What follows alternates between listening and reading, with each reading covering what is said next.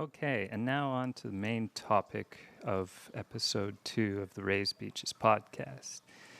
So last week, I explained what raised beaches were and how it related to sea level. Now, I think it's time to take a step back and say, what is sea level? And at Kikaijima, I will be discussing in a future episode about how to measure past sea level. And there are several concepts that go into that. But yeah, first you need to know what sea level is. So sea level is a surface where the geopotential is equal. Now, I'll explain what this is. What is a geopotential? So when we talk about a potential, we're talking about energy. So potential energy is basically what happens if you have an object that a force is being exerted on, and if left to its own devices, that force would act on the object, and that is called potential energy. So like if you're holding an object, like let's say this, I'm holding it up in the air, and the force of gravity is pulling down on this. So there's a potential amount of energy that would be released if I let this go. And that is what we talk about when we say potential. And the geopotential is the potential due to two forces. So, of course, talk about gravity. The mass of the Earth causes things to fall down. But there's a second force that is acting on things at the surface of the Earth, and that's the rotation of the Earth. So basically there's a centripetal force, and that's pushing things towards the center of the rotation of the Earth. And that reaches a maximum at the equator, which is the furthest away from the axis of rotation. So at the equator, the centripetal force is at a maximum, and this actually causes the Earth to deviate from being a sphere. So basically, in order to keep the geopotential surface of the Earth itself from deviating from this constant value, it actually causes the shape of the Earth to be what's known as an ellipsoid. So the Earth is, generally speaking, when you're doing measurements of elevation, it's usually against this theoretical surface known as the ellipsoid. And anyway, the sea level surface is not the same as the ellipsoid, and that's because the force of gravity is not constant around the world. So basically, because the Earth is not uniform, like there are mountains and there are, oceans, and there's, stuff in the center of the Earth. It's not, the same. It's not uniform all the way around the world. So force of gravity actually changes depending on where you are. And basically this deviation from this theoretical ellipsoid and what the actual geopotential surface that is the same is known as the geoid. So basically, the geoid, if there were no continents or anything, if there was just ocean on the surface of the Earth, the ocean surface would conform to this geoid. So this is measured using satellites that can measure the gravitation on the Earth. And the difference between the highest place on this geoid surface and the lowest place compared to the ellipsoid, that there's about 100 meters in either direction. So places where the gravity is relatively high, the surface is higher, and places where the gravity is relatively low, the surface lower. And in the place that's really the lowest is in the Indian Ocean, south of India. And the highest place is actually just north of Indonesia. So basically, in those places, compared to the theoretical shape of the Earth, if it was a pure ellipsoid, those two places are the places where the sea level height is most divergent from that surface. So basically, the Earth is like a lumpy potato in its shape, based on this idea of the geopotential.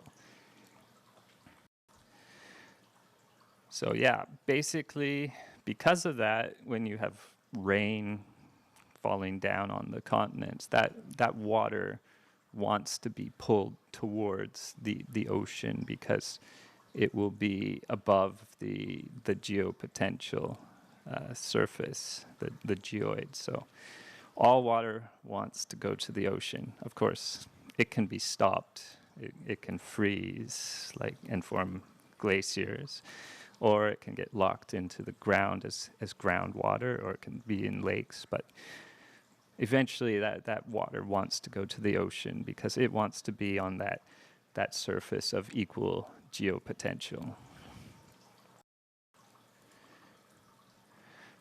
The next step in what I want to talk about, so in future episodes, I will be discussing past sea level changes, and there are a number of things that cause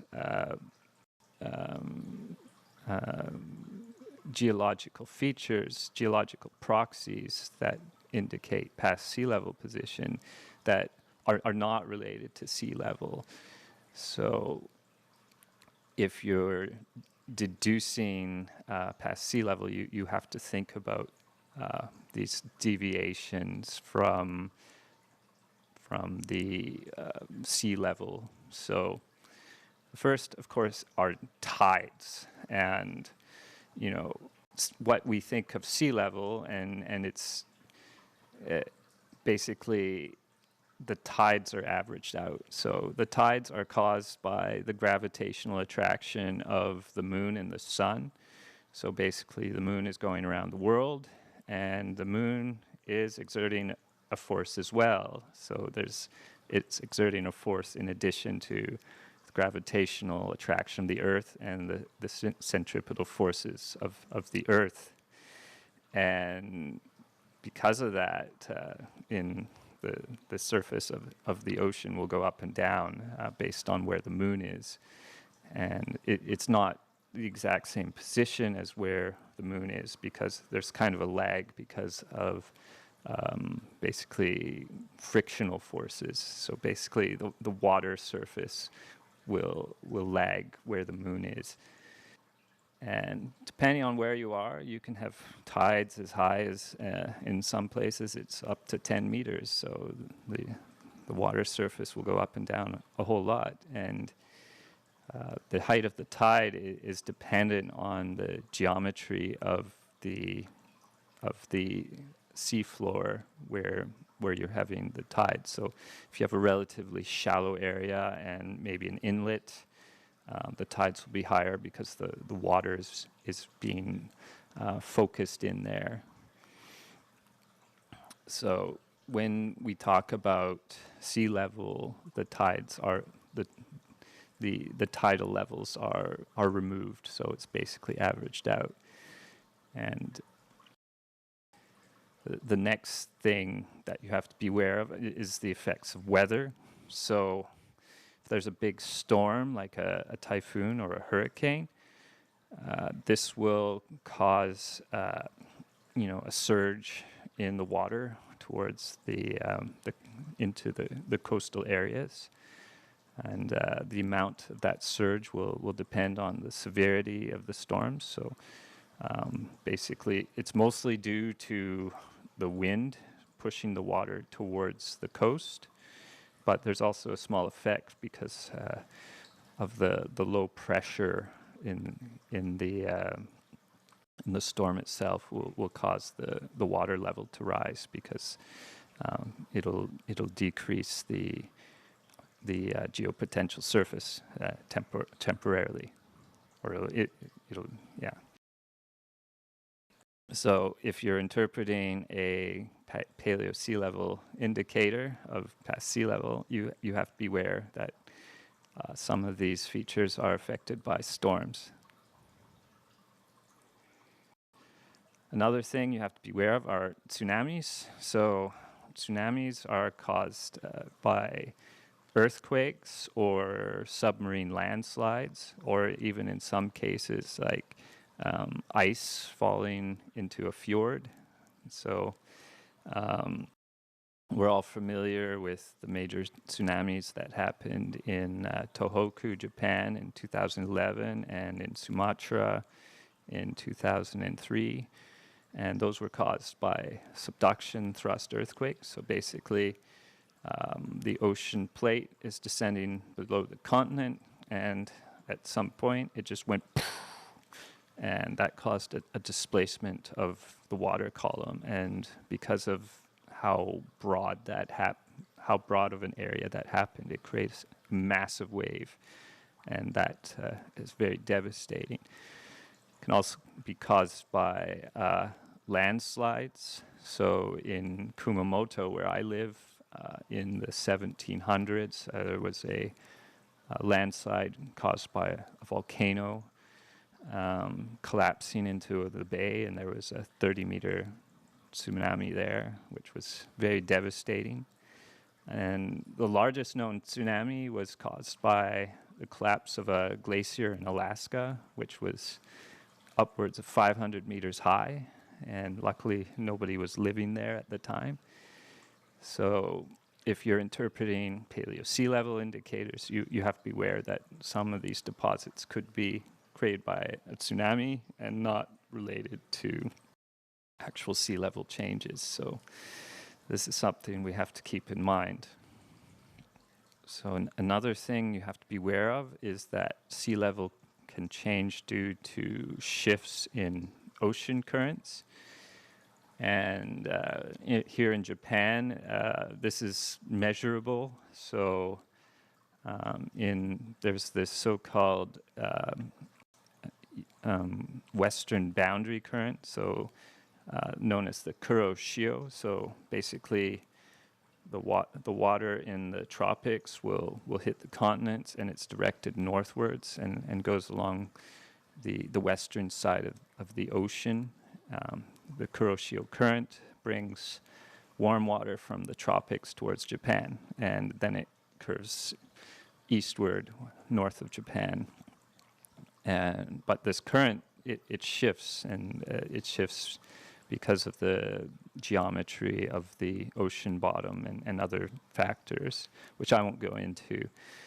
But the main result is that sometimes the current bends far southwards, and that will change the sea level by a few, like upwards of 15 centimeters. And this is measurable, and this is not the only place this happens. So, but this is a temporary effect, like basically because the ocean currents are bringing warmer water or cooler water, it will cause the local sea level to drop depending on where the ocean current is.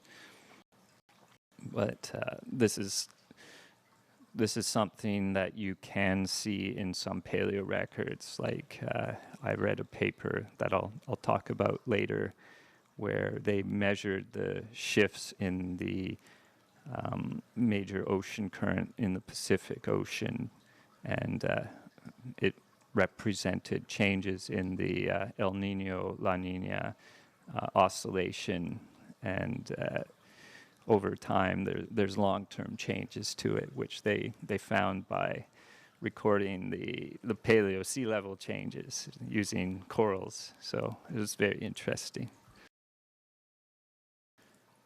The last thing I'll talk about on this topic of things you have to think about when you're interpreting past sea level is changes to ocean salinity and temperature.